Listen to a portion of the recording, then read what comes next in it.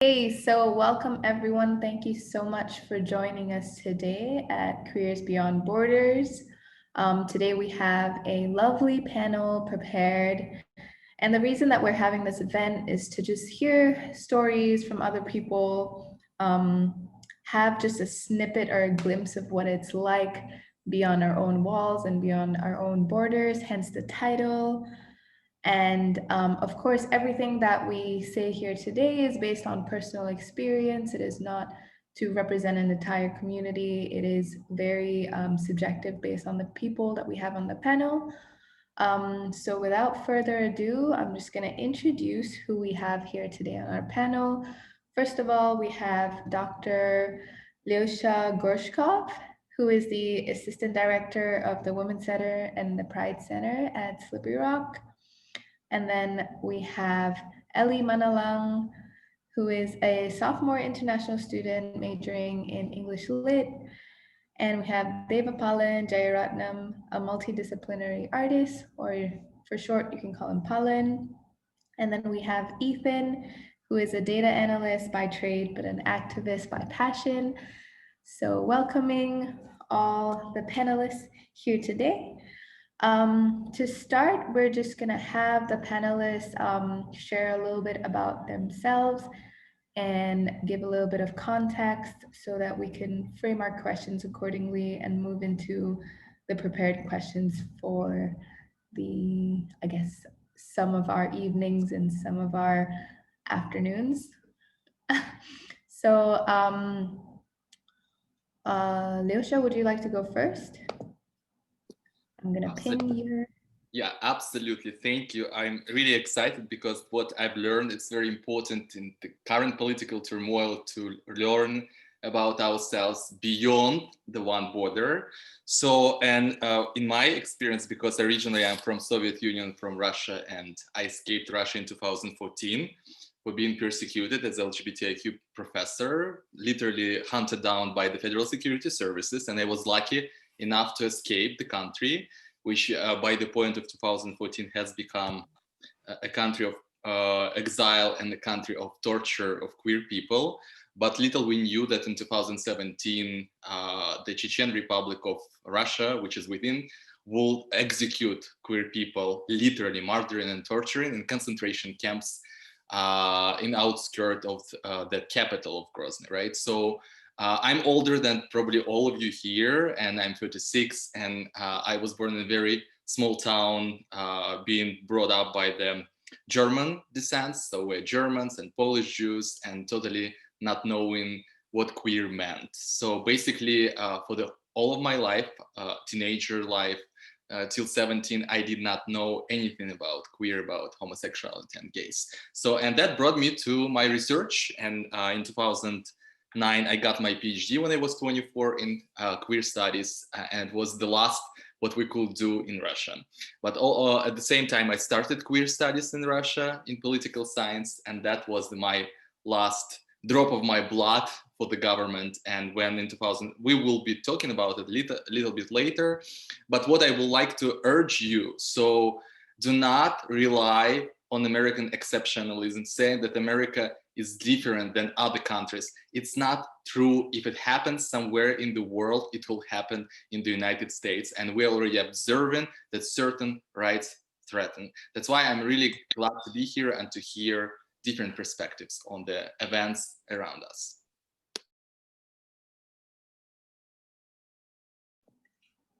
All right, thank you so much. Shall we move on to Ethan?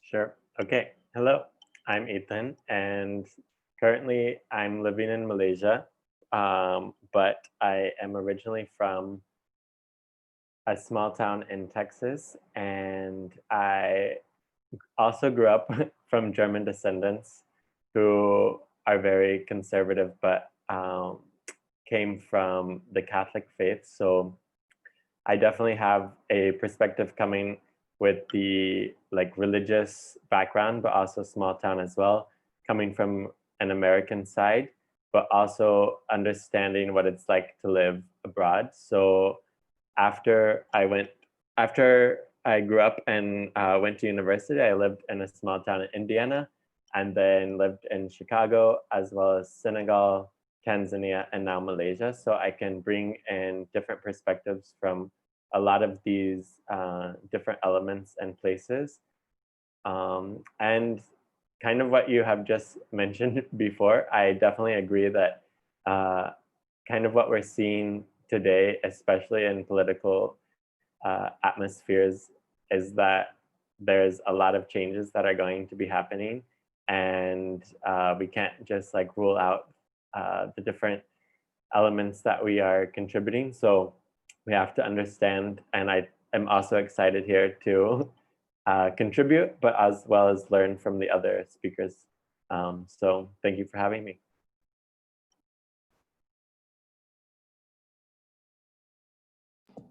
Thank you, Ethan. Moving on to Ellie. Was there like a specific question? I wasn't sure. No, this is just a brief introduction of yourself and just to let everyone have a gist of who you are. Oh, okay. Where you are. Well, I'm currently living in the US for to study here in SLIP. I mostly lived my life abroad. I moved out, my family's from the Philippines. I moved out at 4 years old. And I had grown up in the Middle East for most of my life. And for a good period of my life, I didn't really know that I was queer. And I only recently realized that I was a lesbian. And I coincidentally came out to my parents on National Coming Out Day. I never realized.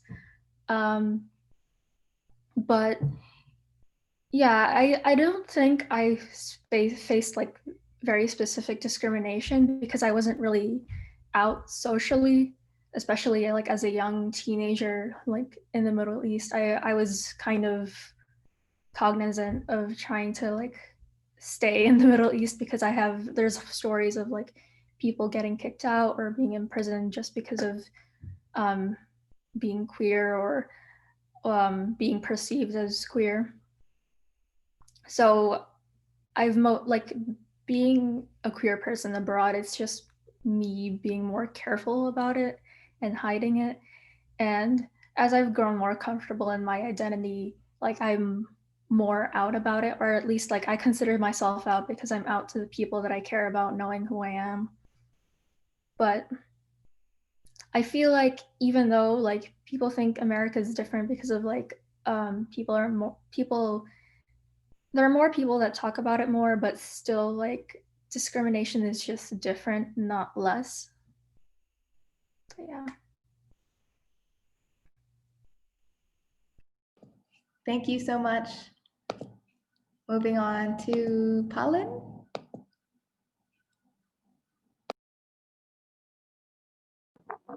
Hi, should I just go? Yeah, go ahead. Okay. Thank you, Lavinia, for having me. Thank you, everyone, for having me. First, I just want to say, I think it's Lyosha. I'm sorry I'm really sorry you had to go through that, and like, I'm glad you're in a much better place now, and you are hosting or, a part of this kind of initiatives, and that's brilliant. Yeah. My name is Palan. I'm a multidisciplinary artist. I'm based in Malaysia. I grew up in a small island up north called Penang, or a lot of people might know it by Georgetown. My grandparents are of Sri Lankan Tamil heritage, but my parents are Malaysian, which makes me second generation Malaysian. Yeah, and I'm a queer being. I've known for some time now. I'm a privileged small bunch that's out in Malaysia. And I've had the luxury of like growing up, staying in Singapore for like a small chunk of my life, which was brilliant, which is a very safe space for like a queer being at that time. Yeah, that's about it. And I'm glad to be part of this. Thank you. Okay, so that's the gist of our panel that we have today. We're just going to go ahead and move on to these set of questions. And if you have any additional questions to a specific speaker or questions that is open to anyone, go ahead and drop it in the chat if you'd like. And for the panel, whoever wants to go first can go ahead and just speak. So the first question is based on the laws against LGBTQIA+ community. So what are the laws that you can share with us that discriminate against?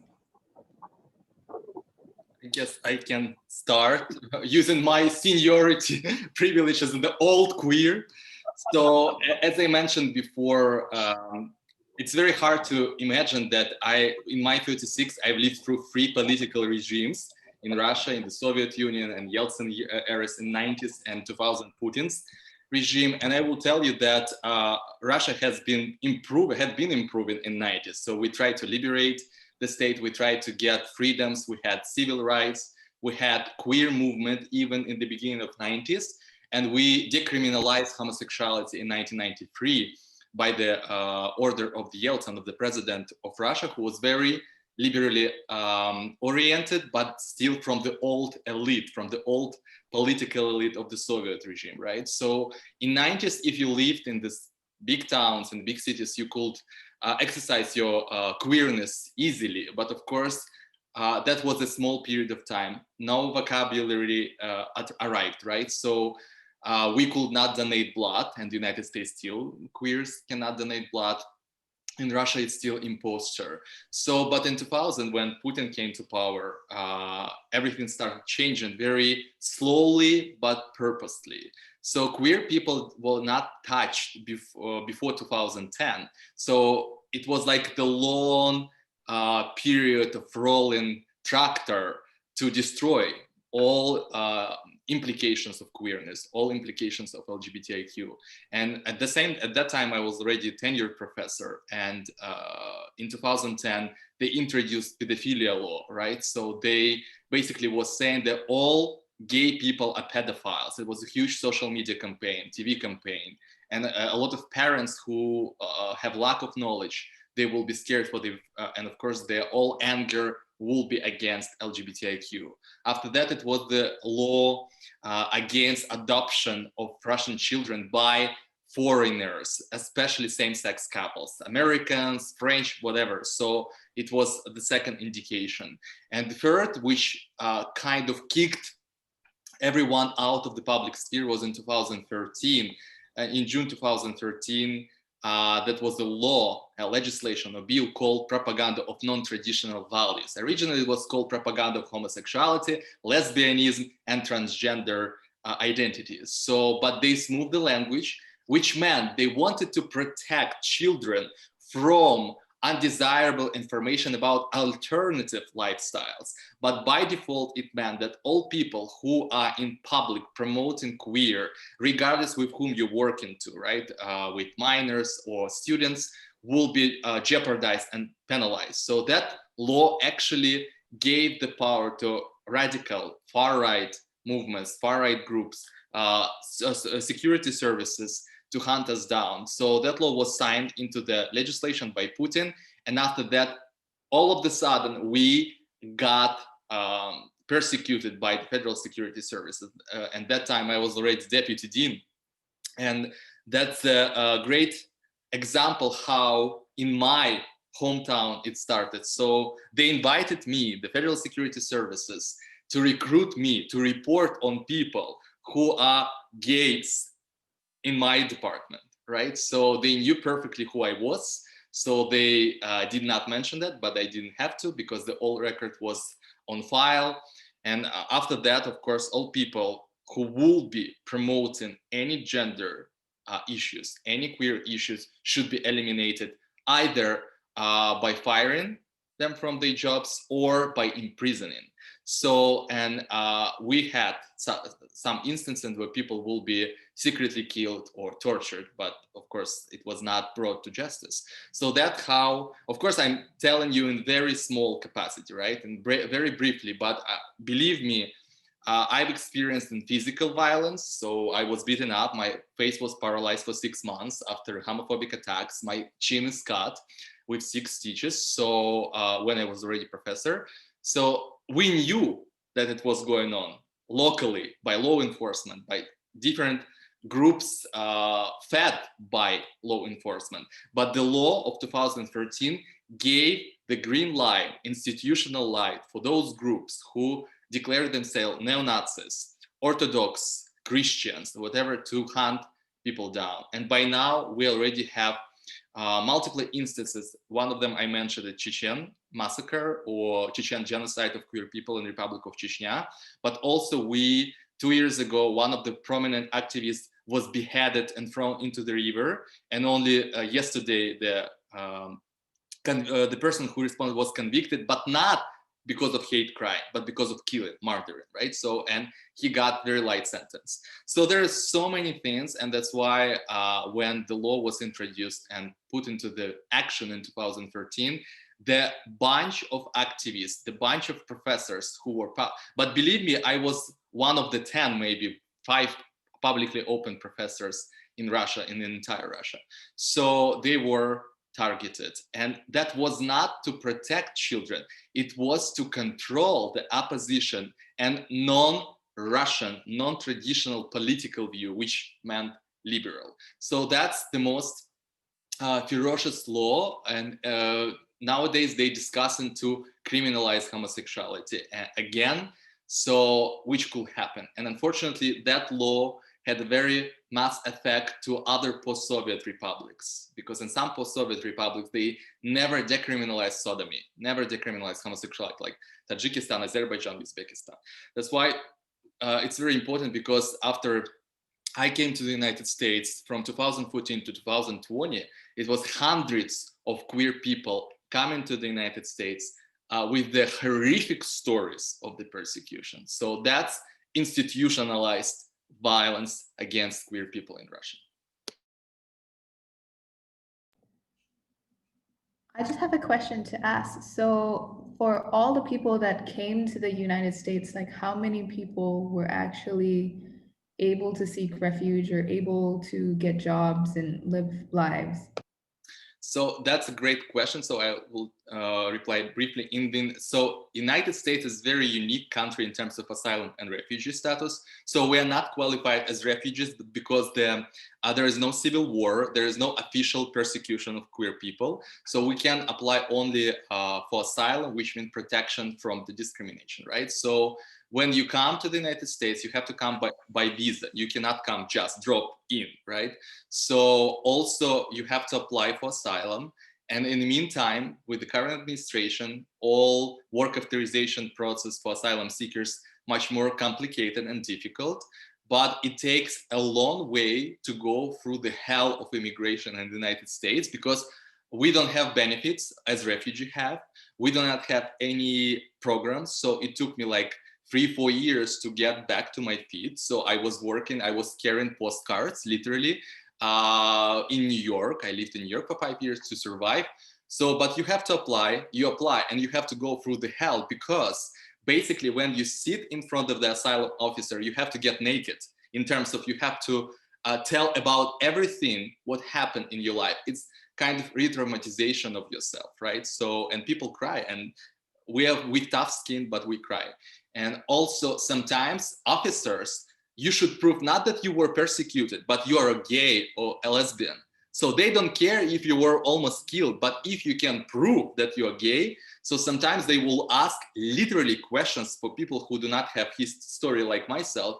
How do you perform oral sex? The officers will ask that from the asylum seekers. So it's a hell, and of course it's a socialization process. A lot of people cannot get back to their careers, because if you're a 50-year-old doctor in Russia and you came to the United States, you cannot start over, it's too late for you. So a lot of them ended up working in the industries, service industries, and that brings them to degradation, the psychological degradation. So there are a lot of issues, and with the current administration putting stop to the asylum process, it's much more difficult, because you have to go through the interview. After that, you have to apply for green card.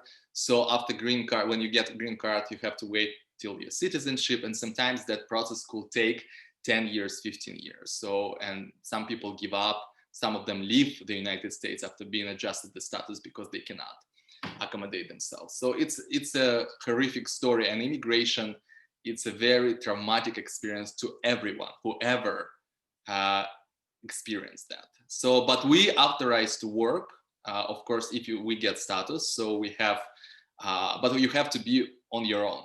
You have to do everything by yourself, because nobody, no literally body would help you if only your community has some resources. Thank you. Would anybody like to share a different perspective on the question?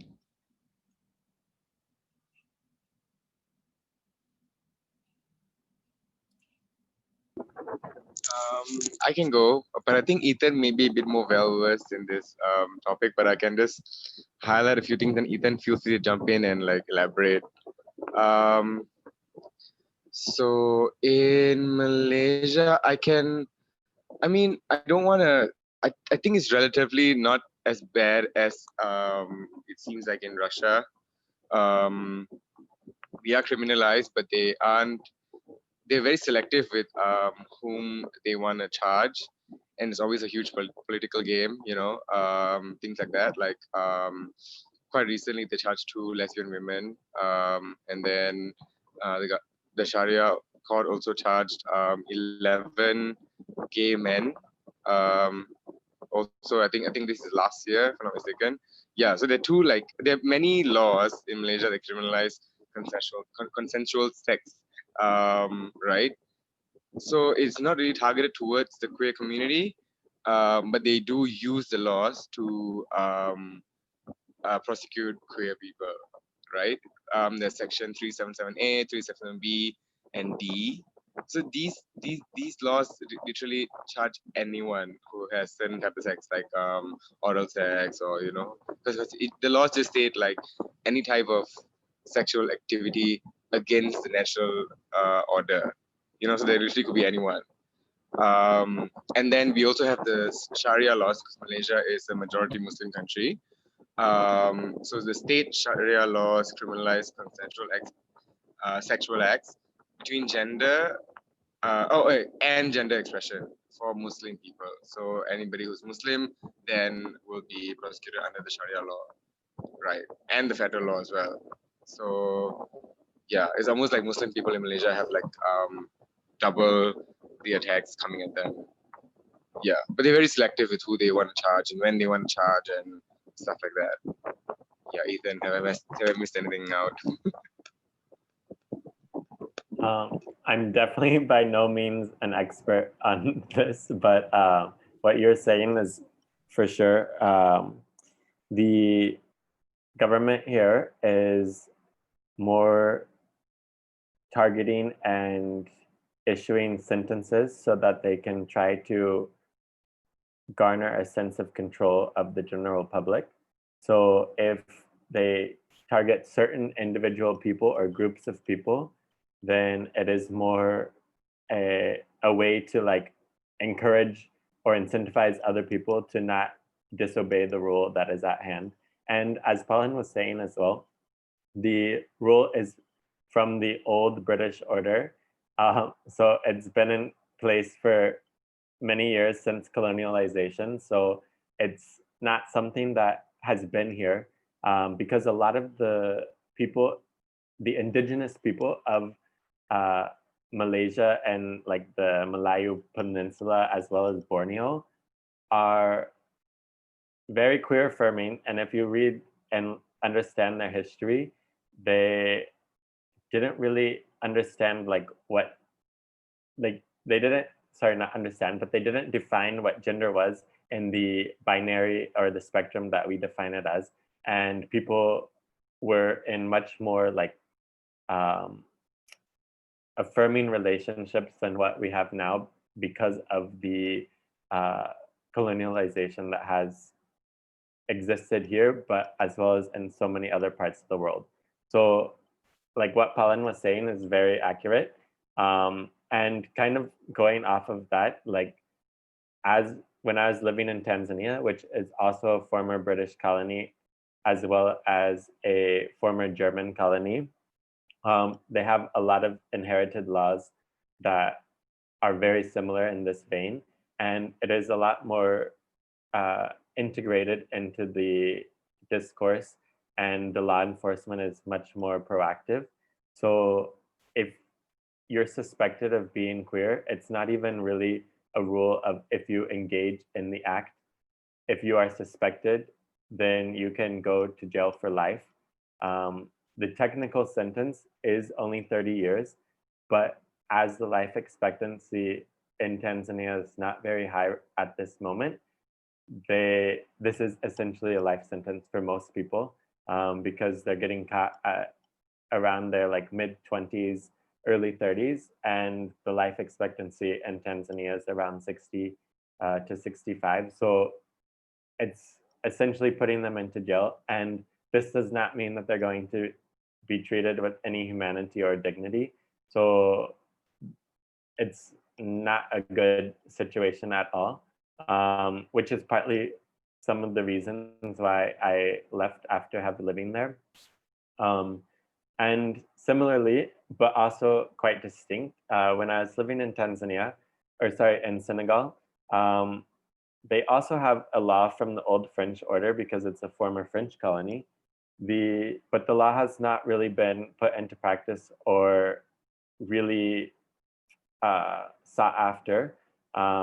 It's kind of more like you might get in trouble or reprimanded, and there's definitely a lot of like social distance from understanding what queer is or trying to like accept that, but they're not going to be put into jail or like legally tried for some of their actions. But in all of this as well, we have to remember that only in 2003 was the sodomy law repealed in the United States. So it's not very long ago. And only in 2015 was the Supreme Court deciding to allow same-sex marriages. So the entire world is on a very like fast progression, but also slow if we look at like a lot of the history. But recently it's like a lot of things have been happening, and before it wasn't much like people were fighting for this, but only recently were things starting to change. So it's like a lot of exciting things happening now, but also it's like we have to be cognizant of what's happened, like what can happen, as Leosha was talking about, because we can be going backwards, especially with a lot of things in the political spectrum now. Yeah, I would just like to add on a Malaysian perspective that our politics is very interlaced with religion. There's a lot of conflict between politics and religion. And in the law, they have a lot of old language. They have use of a lot of old Malay language that can be translated in many ways. And I know roughly that there is a word for, I would say, going down on someone that is translated to being lesbian, but it can also just be translated to something else. So all these old languages are being flipped over to discriminate, and a lot of things come to play of who gets persecuted based on class, possibly race, possibly which region in Malaysia you're from, because there is also opposition and government. And also there are just like these rules that are based on very specific culturally adapted Islam. So not really like the core of Islam, but this version of Islam that has been created in Malaysia over the years, and like certain things like Valentine's Day, if you were Muslim. And I remember a time, I don't know if it's still relevant now, if you were Muslim celebrating Valentine's Day, that is something that the cops can catch you for. and there will be like posters around saying that Valentine's Day is haram or just not appropriate. Yeah, just to add a little bit of what I know. Ellie, would you like to share anything on your side? Yeah, I don't think Dubai and Bahrain, which is the places that I've lived, are especially unique because they're both Islamic countries. So the Sharia law does influence the Sharia law and just the Islam faith in general does influence the politics just because there is that kind of unification of religion and law. I can't really think of specific cases of gay people being discriminated against because in Bahrain I left at 13, so I wasn't very interested in being politically aware. But when I moved to Dubai, I was growing more and more aware of my queerness and aware of my own identity. And I've also seen more people who kind of, I guess, flag themselves as gay or like kind of hint at it, but never explicitly say it just because of the discrimination that they can face. You very rarely hear stuff about like gay people being criminalized and stuff like that. I feel like they have to, it's almost like a political game.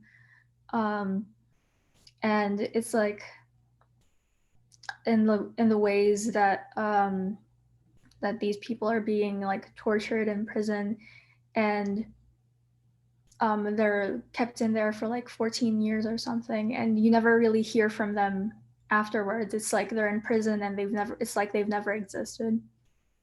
So I don't really remember like specific things because it's just generally something that's not talked about. It's like you're either straight or you're a gay person in prison almost. So yeah. I guess I would like to add to you, it's a kind of conspiracy of silence, because in Russia, the Russian population does not know about the existence of gay people. They know from the bad things, but they never know about that it's ongoing persecution, right? So that's why I guess in the countries like Bahrain or Arab Emirates, maybe Malaysia, maybe more, but media never covers because they're more targeted by the government, right? So, and that's like, do not show the real statistic of persecution, so we don't show that and people think it does not exist. So that's, I guess, the major issue. Yeah, they'll almost always like show very extreme cases or like try to represent gay people in a bad way. So they're like, gay man rapes 15-year-old. Like I remember seeing a case like that. Or they'll always make it about tourists. So they'll never think that it's something that happens like locally or like within their own community. So they're just thinking like, oh, it's just something from outside of us or just something that happens to bad people.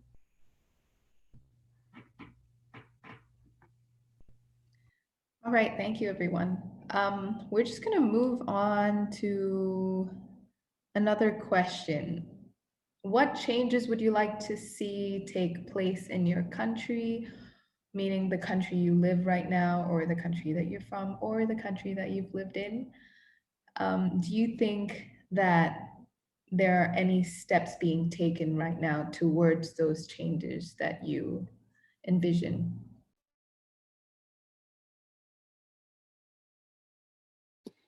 Okay, I'll go. So basically, I don't believe that Russia will change in my lifetime, because I know Russia, it never will change. So most I'm focused on what could affect me being in the United States, because now it's my land, now it's my country. And of course, I'm very sore when I see what's going on with the Russian queers, how some of my friends persecuted. But the problem with the Russia is also mentality, because it's not about only Putin imposing on his government, imposing those draconian laws. It's also people, how they obedient, how they're obedient to the power, how they're not resistant, how they're not fighting for themselves. So among 100% of population of LGBTIQ people, only 1%, maybe 0.5% of queer people literally involved in the movement in Russia, and mostly in Moscow, St. Petersburg, in the big cities, not in outskirts, not in national republics. That's why they allow the regime to kill them, and they suppress that fear. They hide in the closets. And that was the example during the Stalin purges, the Stalin executor who killed millions of people, Yezhov, who was gay. He killed gay people, right? So that's the kind of conspiracy of silence what I'm talking about. And unfortunately, I do not believe in Russia changing, because we kind of lost that chance in 90s. What I hope for the United States, that we still can kind of come out of our shells and come out of your comfort zone and see that, especially I lived 5 years in New York. New York considers very multicultural, diverse salad bowl, right? So everyone is there very happy, but it's not true. New York is Manhattan, Greenwich Village, Hell's Kitchen, queer neighborhoods. But if you go on Flushing, you go Brighton Beach, you go Staten Island, still homophobes, racist, sexist. So the American culture lives in the bubble, and people have to come out of the bubble. We in Slippery Rock, we see the county. On campus, we're more progressive. When we come out of the campus, we go and we hear the slurs, F word coming towards you. So we have to be aware. And just recently today, during the hearings, the Judge Barrett, who is nominated for the Supreme Court, used the word sexual preference towards LGBTIQ people. Sexual preference, so that judge who is going to be nominated for the Supreme Court believes that queer people, it's not what we are from the birth, but what we would like to become, right? So that's what we have to mind. We have to mind that you mentioned even the sodomy laws, but 13 states still have the sodomy statutes active. They're not stripped it down, right? So we have to see how transgender people of color treated in this country by the police, how queer immigrants raped in the detention centers, or so there are so many things, and I hope that we can be awakened finally here. And of course, we cannot get back, but it's still a lot of people who believe that gay people are bad people, they are abomination. And I'm not saying that gay people are people, queer people are people. We are bad, we're good, we commit crimes as anybody else. But the problem is you cannot criminalize people just for being themselves, because that's what bothers me. And I very open-minded, and I'm very tolerant towards everything. But when one religion comes to me and imposes its beliefs and trying to say that that's universal, I have a problem, right? So what about other 5,000 religions? What about other atheists? So there are so many questions. So what we losing the human dignity and belief in human life. And if you, for example, pro-life, if you anti-abortionist, but believe how, if you're pro-life, you can vote or you can fight for killing gay people or for jailing them. So that's what I'm hoping for millennials, for Generation Z, to bring that, to break down the wall and to tear down the wall and to show that we are different in and beautiful in any capacity. That's what I'm hoping for the United States.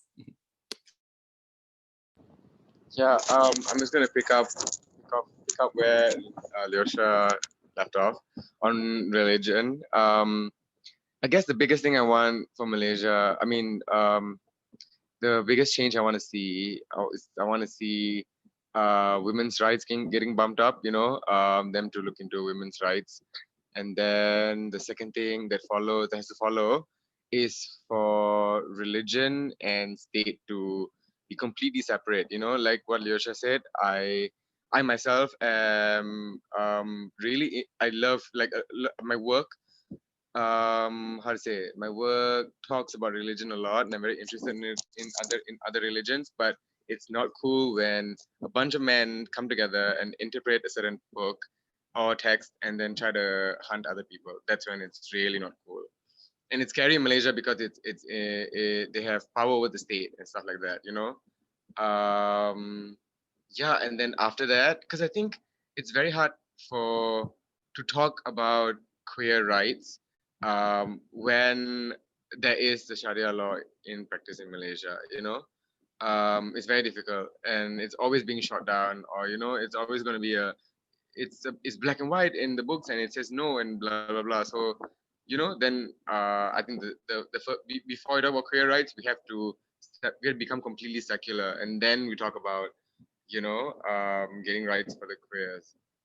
Yeah, but I think it has to be, I don't know, not necessarily in that order, but it's so difficult to talk about anything right now in Malaysia because, like Vinya said, the political climate is like super volatile. We can vote a government out, but then after 2 years, 2 years or 3 years, they can just come back in power in different ways and blah blah blah. So yeah, it's I don't even. I mean, yeah, it's very difficult to talk about this thing now because, like, who do we complain to? Do these MPs that are not in power, or who do we go to? Or how do we bring up this topic? I don't know. Ethan, you want to help? Olavinia.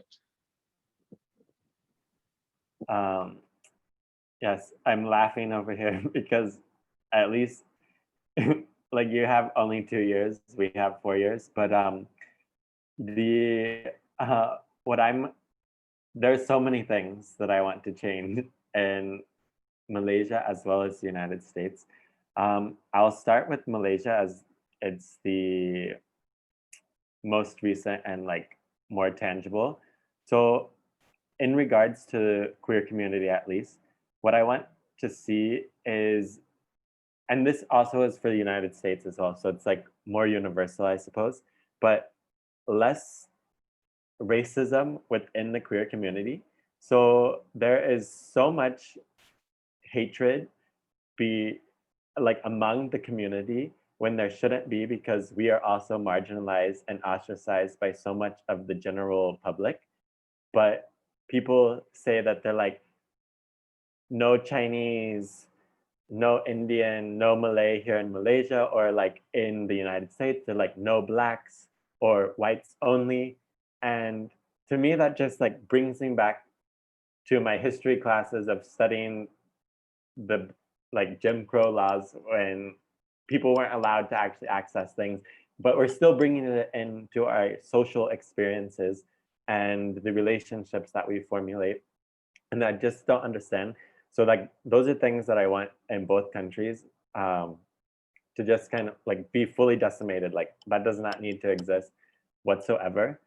I also I want that people to actually be able to fully accept themselves and to have support systems in place so that they can. So something that I've really noticed is that there are a lot of people who will get married and fulfill the societal norms of having a relationship with a woman, and or if they're lesbian, they will have a relationship with a man.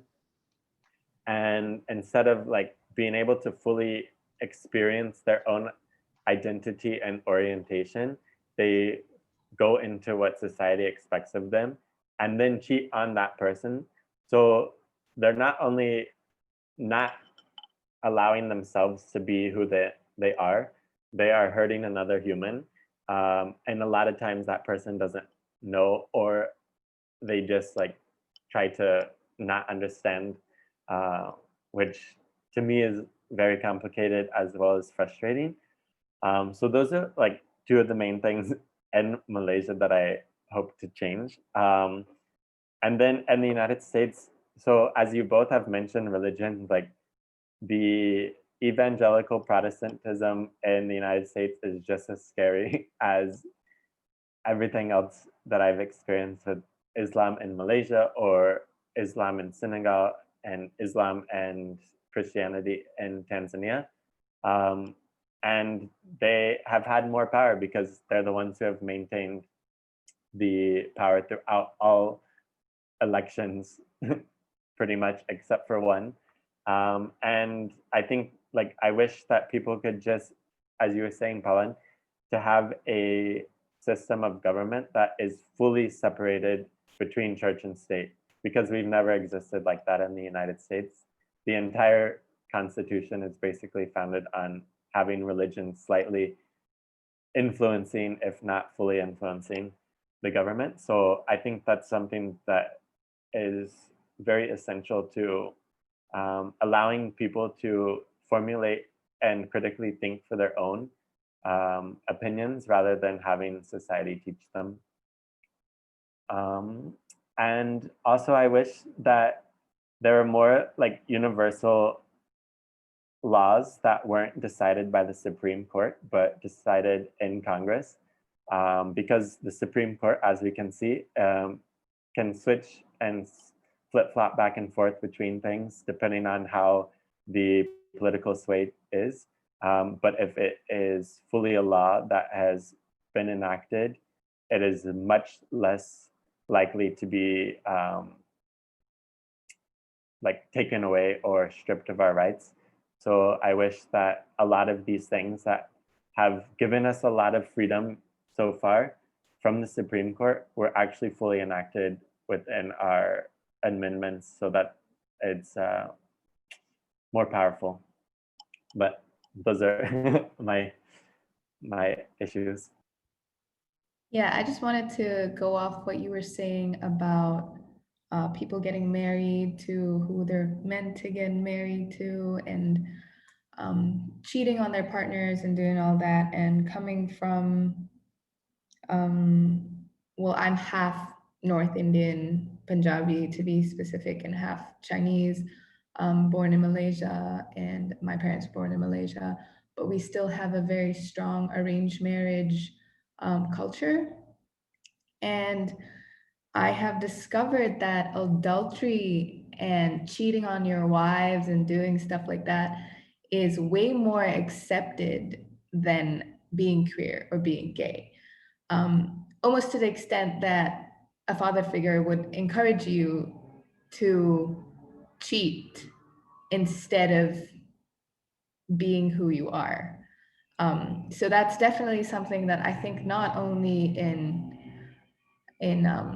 my racial community or my ethnic community in Malaysia, but I think across the board in a lot of communities and cultures, that this idea of like cheating on your partner is a lot more acceptable, which is really just like strange even to say. Anyways, I just wanted to add to that.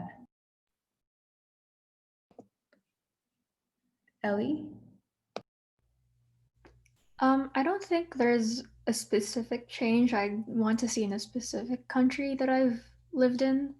I feel like the world in general would benefit from like education about the queer community and just knowing more about the queer community, because whenever we have to like fight for our rights and have to advocate for ourselves, it's almost like we are having to fend for ourselves, and like straight people don't know how to be good allies. So it's almost like there aren't enough people who are angry about this. There aren't enough people who want to fight for this. It's like it's us and us only, like not the whole community. So I just wish that like people were more aware about queer identities and queer history, and people would learn to be better allies to us, I guess.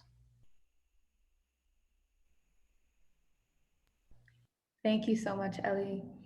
Now we're gonna just open up the floor to any questions, and you can direct it to a specific person on the panel, or you can just have an open-ended question. If anybody has a question. Okay, we do have questions. So the first one is, what is your best advice for allies? I can say a quick one.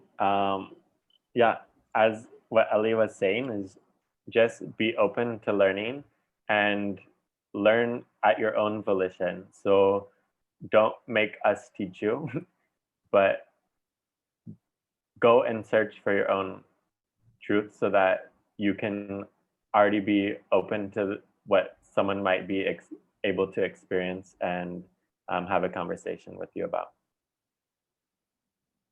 Google is a beautiful thing. Yeah, and no, go ahead.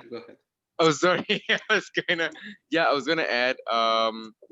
I think the biggest thing I want to tell to an ally is to listen. And like Ethan said, everything is online, and if you can so much have a friend who can Google things, like have them Google things for you, another non-queer friend, and like just read. Like everything you need to know is online. Even how to talk to certain queer people, or like how can you help? Everything is online. That's my thing. Like, I mean, I feel I feel like I've already been getting really irritated with friends who are trying to help or be with other friends who are facing racism or being charged or being discriminated because of their gender or sexuality. And I'm like, but we're living in 2020, and like everything has been bursting online with so much of information. Like all you gotta do is just read.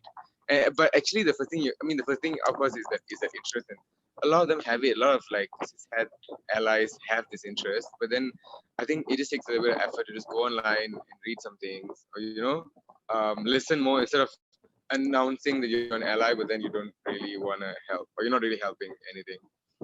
Oh my god, but yeah, I mean this, I feel like these things need to be said. When you tell them like y'all need to listen and read, and that's it. Like Google things, like it's a one-page read. It's in compressed to like a, yes, you can go on and educate yourself further, but for most of it, it's a one-page read on how to be helpful to the queers in your country. Speaking of which, there's an amazing article by this queer group in Malaysia called Queer Lapis. I sent it to Lavinia. Maybe you guys can share it in your page. They talk very specifically about the laws that are criminalizing queer Malaysians, and also how to deal with it, or they're just a great bunch of people who are educating fellow Malaysians and other people about the queer situation in Malaysia. So yeah, check them out. I would say also, do not be afraid to make mistakes. Do not be afraid to ask awkward questions, because awkward questions should be asked in order to eliminate any preconceptions. So if you're in local community, find those groups who are helping or serving LGBTIQ people, if you would like to know. If you would like to know and something tells you that your religion or your beliefs, so check, double check if it's really the original text, what is told about queer people. That's what I've learned throughout my being here, and from my atheistic perspective in the Soviet Union. So sometimes we misinterpret the religion text. So as a Jewish queer person, I will tell, God never told people to persecute on the basis of your sexuality. God is love.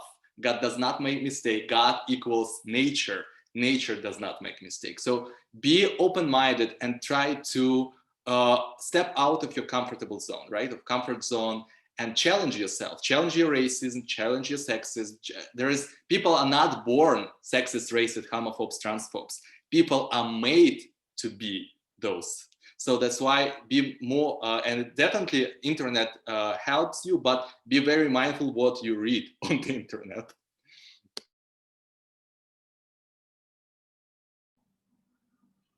Yeah, I want to quickly interject again. So as Palan was saying, and then Leosha added, we all have to learn our own selves, because we're not being taught this history or understanding of queer identities and orientations as the society is already teaching for cis and heterosexual beings. So everything that we know is not just from experience, but also things that we're having to search for ourselves.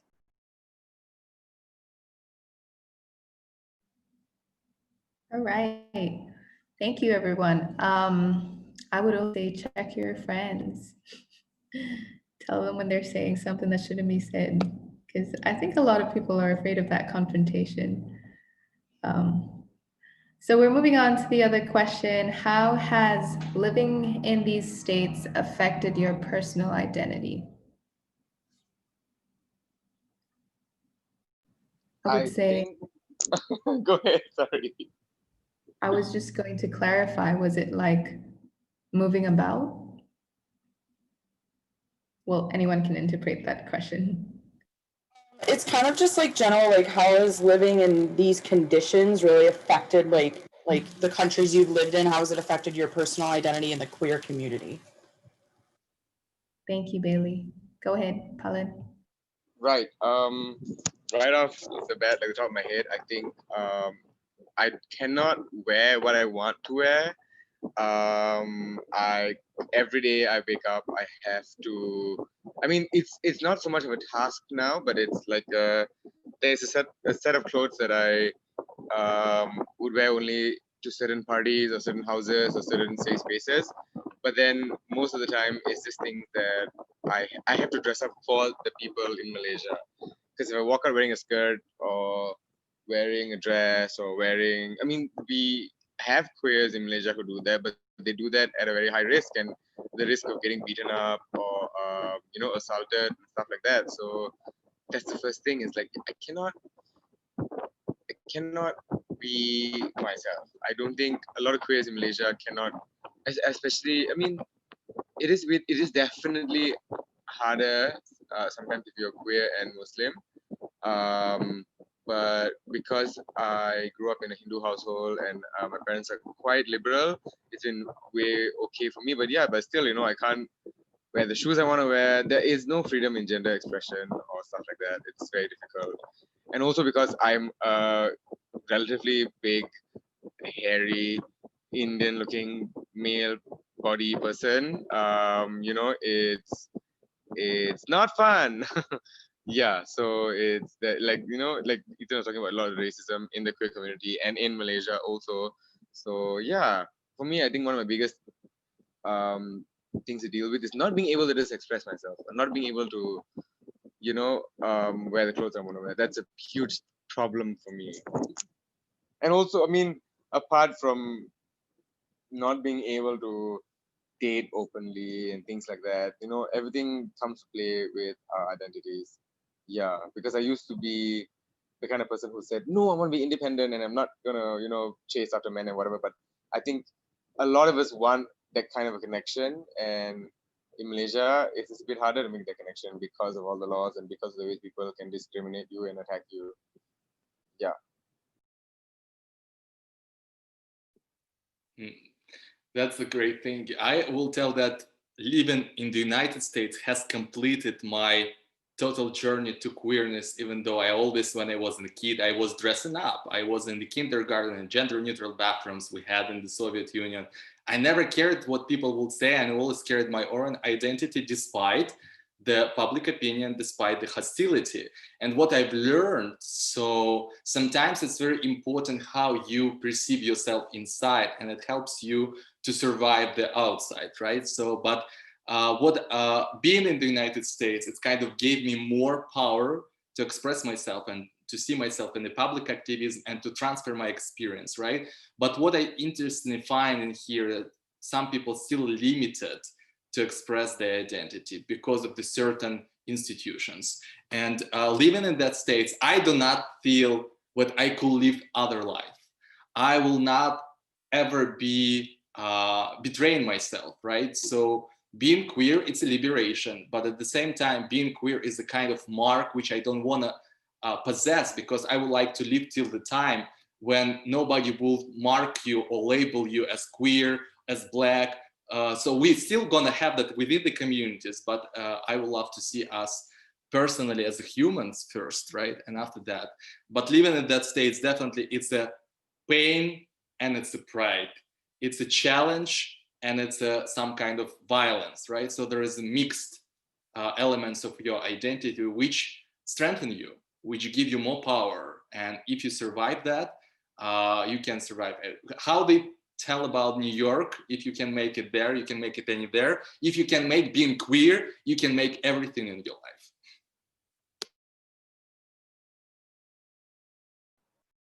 Yeah. So I will have to go off a little bit of both of you. So definitely like in how I portray my external self has been quite affected in places I've lived. But having grown up again in rural Texas, I never had so much the opportunity to be open. And most recently, when I went home for a holiday to visit my family, I had painted my nails and my mom had to come to my room. She was like, can you please take that off just so that you don't offend the rest of our family? And I was like, okay, like as long as it's you that told me, because I have a good relationship with her. But like, even though it seems like that it's such a far-fetched thing, it's happening in our own borders. But I think what really has most affected me, it's not so much like how I identify myself, but how I get involved. So I have become much more of an advocate and activist because of the places that I've lived in. And I realized that I did have a lot more privilege from where I was coming from. And I wanted to be able to help other people to understand that they too can have that if they fight for it. Because the only reason we are here today with certain laws in the US and in other countries around the world is because people fought for it. And it doesn't just happen because some like nice benevolent person was like, yes, okay, we're going to give you these great rights and you're going to have a beautiful life. Like that doesn't happen. Like people have to really fight for it. And so I have become more and more engaged in that aspect because of the places that I've lived in. And that's why I've like helped start communities in Tanzania and now in Malaysia. That's why I join a lot of the like more rebellious groups as well, like not so much the mainstream ones, because they're the ones that are like kind of forgotten. They're on the fringe of society, and it's like those are the ones that need to have their voice shared. So it's more of like me just becoming more and more open to all backgrounds, walks of life, and perspectives.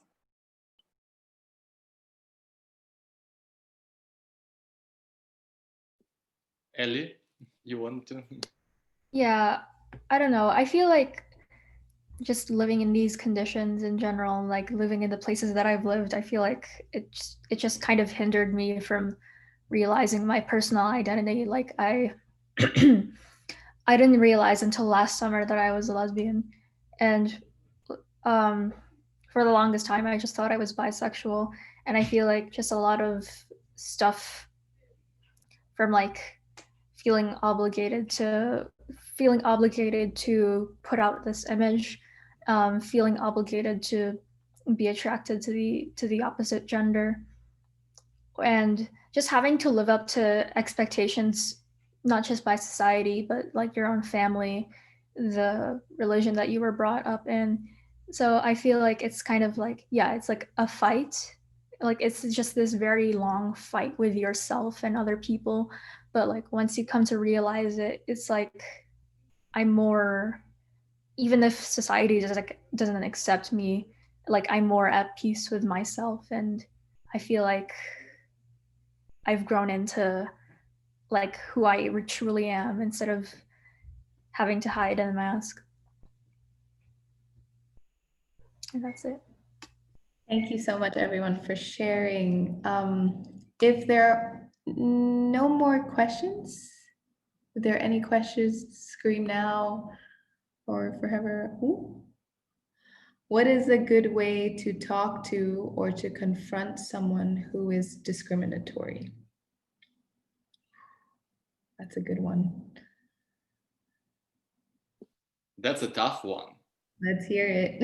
It depends how the person, so if person is ready to listen, if the person screams at you emotionally without even trying to listen to you, walk away from that person. It's not worthy to spend your energy. But if person pauses and tries to listen to you, even though still arguing, it doesn't mean that person wants to hurt you. Person just protects and defends oneself, right? So just be patient with that person. Try to not like, we're queers, we have to do that, you have to accept that. No, you have to just find a way how to balance things. But screamers and hecklers, never spend your energy because it's not worth it. Yeah, sorry, Palan, you go. Okay, so I just have to like repeat that. So if you get a sense of violence or that you could be an immediate harm, definitely do not expend any energy. But if you think that someone is willing to understand your point of view, I think in this case, as well as in any sort of argumentative case, you're not trying to persuade. So again, if you do that, you'll probably leave the discussion or conversation very unhappy. You just have to know that you want to share your perspective and allow them to share theirs. Because if you're going to try to persuade, this person will most likely not change their mind, especially if they were saying stuff that were quite discriminatory. But allow to have a fruitful discussion to where both can express their sides and provide as much fact and experience behind it as well. But again, yeah, as Leosha was saying, if there's going to be immediate danger, do not engage. Yeah, I was just gonna echo of the same things. I was just gonna say, always assess the situation. Like the two that I said before, if you are expecting any violence or any signs of violence, get the fuck out of there. I'm sorry, get yourself out of that situation. And yeah, for me, usually is that assessing the situation, and once I feel like I'm in a safe environment or I can counter or call them out, and then I would say, hey, that's a little discriminatory or stuff like that. But yeah, always assess the situation first. That's what I was going to echo. Yep. I feel like if you're an ally present in the situation, and if it seems like it's going to escalate into something violent, I feel like you kind of have that obligation to like protect your queer friends or your queer loved ones if it is going to be violent, and like putting yourself in between the situation.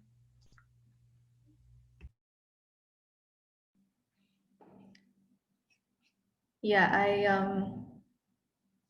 I love that assess the situation factor has been brought up, because of course, like, you don't know who these people are. You always want to make sure that safety is something that you're thinking about and that you are safe, because ideally the world can be quite scary. Not ideally, unfortunately. Ideally. Okay, I guess we are out of time. We've gone over time just a little bit, but I think we've had some great conversations here. Thank you so much, everyone, for being here. And thank you so much to the panel for taking this time to join us here today. It is 1 a.m. in Malaysia. Yay, thank you so much, everyone. I guess this is going to be available as it's being recorded. So if you want to check back in, you can always do that. You want to share this with your friends, go ahead.